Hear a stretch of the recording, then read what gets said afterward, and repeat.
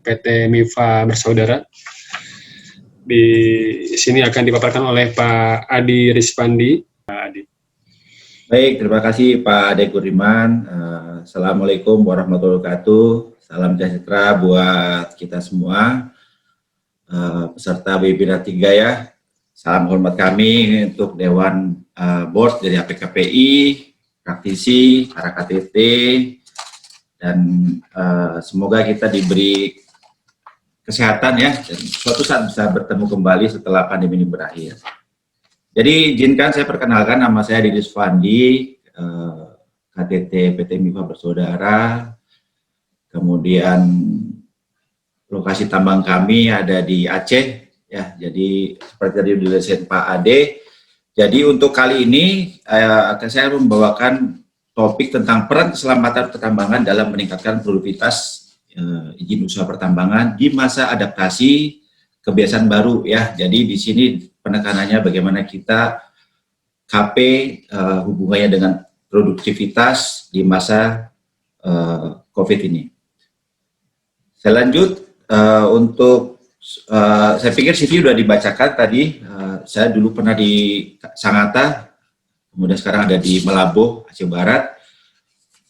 Kuliah di ITB dan Mula Warman, kemudian di Aceh saya memegang sebagai ketua Perhapi dan penasehat di APKPI Aceh. Ini outline yang akan saya bacakan. Insya Allah tidak lama Pak Ade, pas waktunya, karena ini hanya penjabaran dari apa yang akan kita bahas. Jadi kalau kita berbicara tentang Mifa Bersaudara, ini ada informasi ya, lokasi di Aceh Barat, kemudian rencana produksi di 2020 itu seharusnya 10 juta ton ya. Tapi karena ada pandemi ini kita revisi, jadi angkanya berkisar sekitar 7,9 hingga 8 juta ton. Kita batubara loreng, kemudian jumlah tenaga kerja kita ada 1.900 karyawan dengan total jam kerja tanpa kecelakaan sampai hari ini adalah 23 juta. Mitra kerja inti kita ada 3 perusahaan dan non-inti ada 28, yang sebagian adalah perusahaan dari area di sekitar operasi pertambangan. Luas area tambang kita adalah 3.134 dan jumlah cadangan ada di 220 juta ton berdasarkan laporan JORC tahun 2017. Nah, ini kita berbicara tentang kewajiban kami selaku pengelola IUP di daerah terhadap SMKP ada 6 Pak. Kalau kita lihat itu tercantum di Kepmen SDM 1827 ya tahun 2018, di mana kita mempunyai 4 tujuan ya, efektivitas, keselamatan pertambangan, mencegah kecelakaan tambang, penyakit ABK kerja. Tapi kalau kita lihat di terakhirnya adalah menciptakan tempat kerja yang aman, sehat, nyaman, dan bisa meningkatkan produktivitas. Itu kami rangkum dalam suatu logo yang kami pakai ya di tempat kerja, di poster ataupun email, yaitu logo bersama ya. Ini artinya kita ada 4 ya kalau kita lihat. Paling terakhir dan itu tujuan kita adalah bersama kembali pada keluarga dalam kondisi yang sehat. Itu tujuan kami beroperasi di Aceh sini. Oke, slide berikutnya. Nah, berbicara tentang suatu organisasi, kita tidak terlepas dari Integrated Management System ya. Kami punya IMS yang alhamdulillah sudah dari 2018 sudah tersertifikasi ya. Kemudian apa kaitannya IMS ini dengan era pandemi ini? Nah, jadi kami setelah mengkalkulasi ulang, ada yang namanya BCM, yaitu Business Continuity Management, di mana itu kaitannya dengan IMS adalah ini muncul karena ada suatu krisis pandemi. Jadi ada irisannya antara BCM. Apa itu BCM? BCM itu bagaimana strategi cold chain terhadap krisis ini. Bagaimana strategi manpower, ya. Kemudian bagaimana fuel, bagaimana critical path management, karena kan kita lihat logistik terganggu itu setelah pandemi ini. Bagaimana dengan project development dengan kondisi harga begini? Apakah kita patut terus untuk melakukan ekspansi sesuai dengan plan sebelumnya? Kemudian bagaimana dengan strategi regulatory compliance hubungannya dengan protokol kesehatan?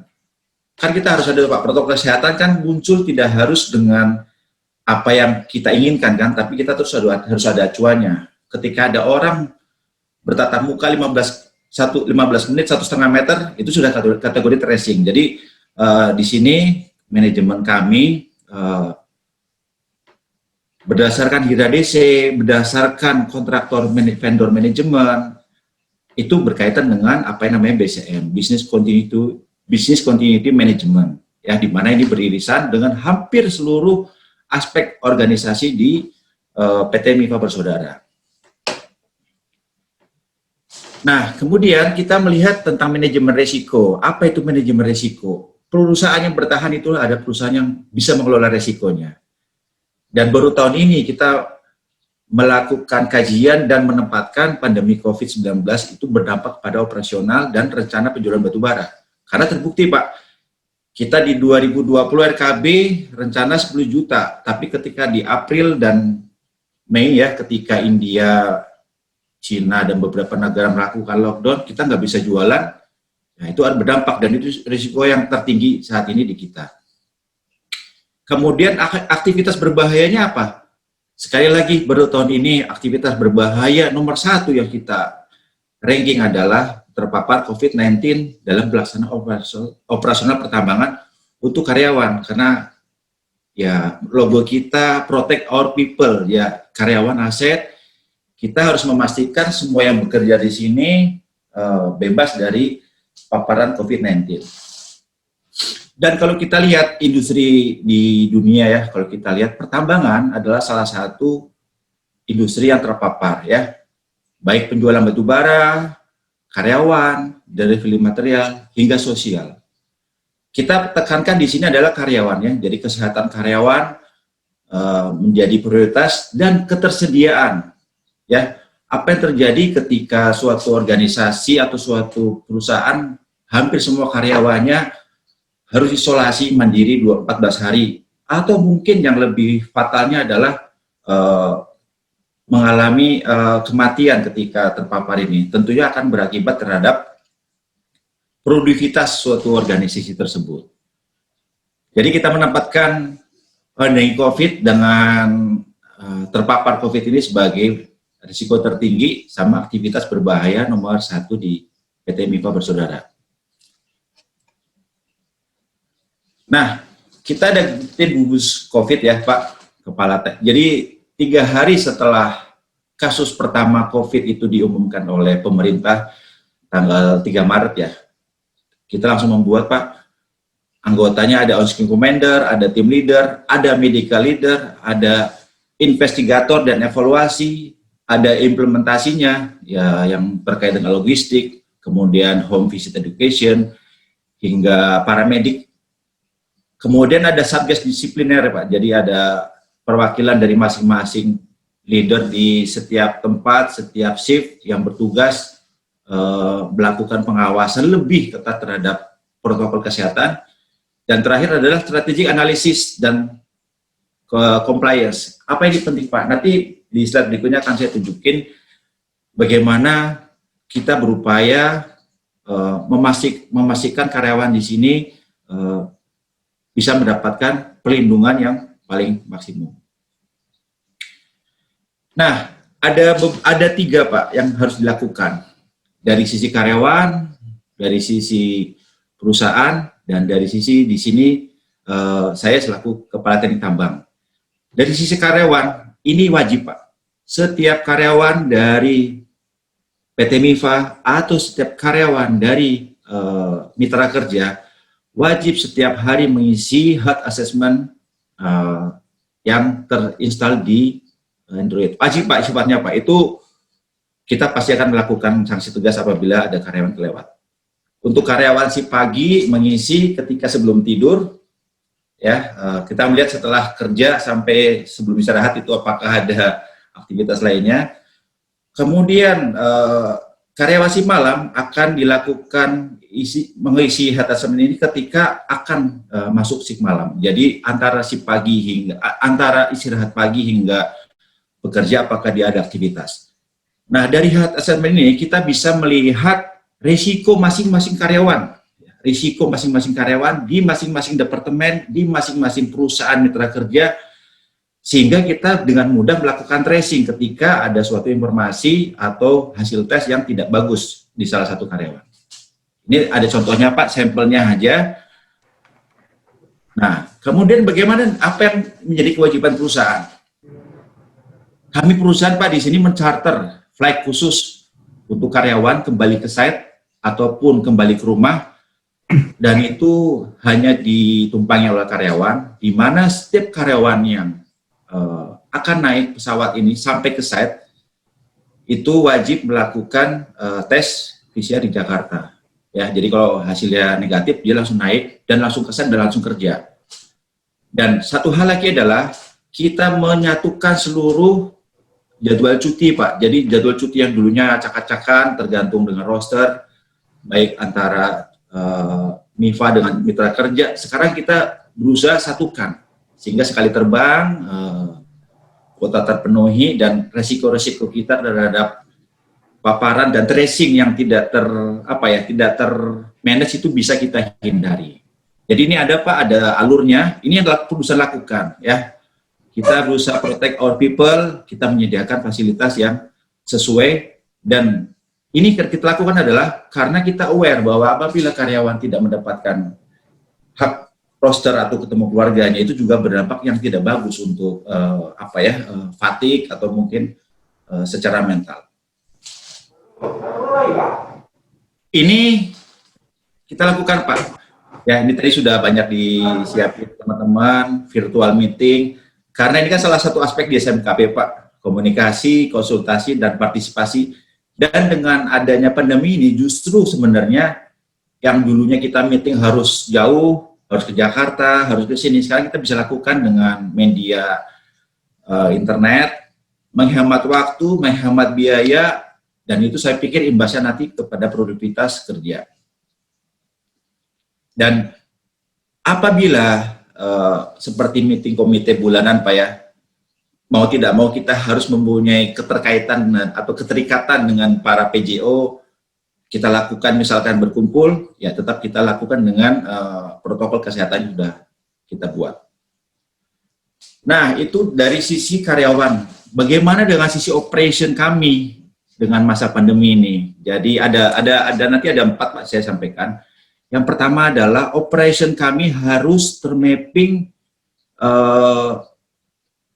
dan itu harus mempunyai output terhadap productivity ya, dengan adanya health assessment, kemudian dengan adanya industri internet sekarang Android ya, kita melakukan monitoring kepada semua aspek operation kita, dan itu harus diisi oleh seluruh pengawas di awal shift maupun di pertengahan shift, dan kita bisa melihat dari sisi geometri, sisi safety, dan sisi operasional, kita bisa menilai suatu operasional itu apakah layak atau tidak layak, dan itu berdampak terhadap berakibat kepada keselamatan. Dan sekali lagi ujung-ujungnya adalah indikatornya adalah production. Ya, jadi dari sini Pak, dari monitoring ini yang live Pak oleh tim kami ini bisa menghasilkan suatu output productivity. Jadi ya ini hubungannya adalah keselamatan pertambangan terhadap produktivitas Pak. Kita setiap awal shift kita lihat geometrinya, safety-nya, apakah tidak hanya sekedar loading point itu tidak hanya sekedar bagus Pak. Bagaimana rambutnya, bagaimana batas penggalian, itu kita monitor di monitoring ini semua operasi. Dan kita lihat di bawah Pak, di bagian paling bawah bisa kita lihat dari tahun ke tahun kita alhamdulillah bisa meningkatkan produktivitas dengan semakin memperbaiki sistem monitoring ya. Kemudian maintenance management information system mobile plan, ini hubungannya dengan alat mobile Pak, truk, grader dan lain-lain, dan kita melakukan monitoring sama Pak dengan operation tadi. Kalau ini dilakukan oleh maintenance, kita semuanya dengan Android Pak, dengan online hanya tinggal memasukkan parameter yang sudah tersedia di sini dan akan keluar inputnya, dan itu kita terhadap ada flowchart yang dilakukan oleh tim maintenance sehingga memastikan unit ini kategorinya layak tidak, unit ini apakah aman digunakan. Dan dengan implementasi dari manajemen maintenance management ini, kalau kita lihat di bagian paling bawah itu Pak, sampai hari ini kita justru alat semakin berumur Pak ya, PA kita malah naik Pak. Jadi kalau dari 2017 hanya 69, alhamdulillah di tahun 2020 ini year to date kita rata-rata mobile plan kita tuh ada di angka 87%. Nah, itu dari operation sudah, dari alat mobile sudah. Sekarang bagaimana dengan fisik plan kita Pak? Dengan tracer, OLC, BLC. Sama Pak, sama kita melakukannya dengan online input. Setiap pengawas yang akan masuk shift atau setiap inspektor yang akan melakukan inspeksi di area kerja, dan hasilnya kita lihat juga Pak, di output 3 ini kita bisa melihat performanya di tahun 2020 bahkan PA-nya 95% Pak. Ya, jadi kita selalu bisa menganalisa ketika unit itu akan segera breakdown, ya sudah kita langsung langsung kita lakukan perbaikan. Ya, 1 menit. Dan hasilnya terlihat. Kenapa Pak? 1 menit lagi Pak Adi. Oke Pak, di 2020 produktivitas kita naik sekali. Nah, itu di operation sudah, di mobile plan sudah, kemudian di fixed plan sudah. Yang ini adalah bagaimana terhadap perilaku behavior. Ya, jadi behaviornya juga kita monitor dengan adanya hazard observation, dan itu online juga Pak, bisa diakses segera oleh semua karyawan yang menemukan itu via Android. Nah, operation sudah, dan terakhir adalah mitra kerja Pak. Kita harus memastikan mitra kerja kita juga mempunyai peningkatan dalam sistem safety-nya ya. Kita mempunyai CSI, Customer Satisfaction Index, di mana ini ada rankingnya ABC, dan itu menjadi kriteria kami untuk melakukan performance review terhadap vendor. Dan alhamdulillah dari tahun ke tahun peningkatan dari kesadaran dari masing-masing mitra kerja lokal ya, yang notabene dulu belum pernah bekerja di tambang, bisa meningkat. Dari seluruh bahasan tadi Pak, intinya di sini Pak, manajemen sistem dashboard monitoring ya. Apa yang kami lakukan di sini baik PIT, operation, maintenance, fixed plan, kemudian behavior, orang, kemudian vendor, dan integrated management system, itu kita satukan ke dalam MIMS ya Pak, online di sini, dan kita bisa menilai performa masing-masing departemen, masing-masing mitra kerja dari sini Pak. Jadi bisa terlihat ini dari rangkuman yang kita lakukan di PT Mi Bapak Saudara. Dan Pak, slide terakhir Pak, kesimpulannya bisa terlihat Pak, dari 2017 sampai akhir 2020, di year to date 2020, baik dari productivity manpower, kemudian dari unit cost manpower, kemudian overview-nya, itu kita alhamdulillah ada perbaikan yang cukup signifikan, sehingga kami di sini di tengah pandemi ini alhamdulillah sampai hari ini masih berproduksi lancar, belum ada pengurangan, masih terus bekerja, dan karyawannya alhamdulillah semua sehat, dan masih juga belum ada pengurangan juga. Itu Pak Ade sekilas dari paparan dari kami PT Mi Bapak Saudara, mudah-mudahan bisa membantu memberikan kita untuk saling sharing. Terima kasih. Assalamualaikum warahmatullahi wabarakatuh.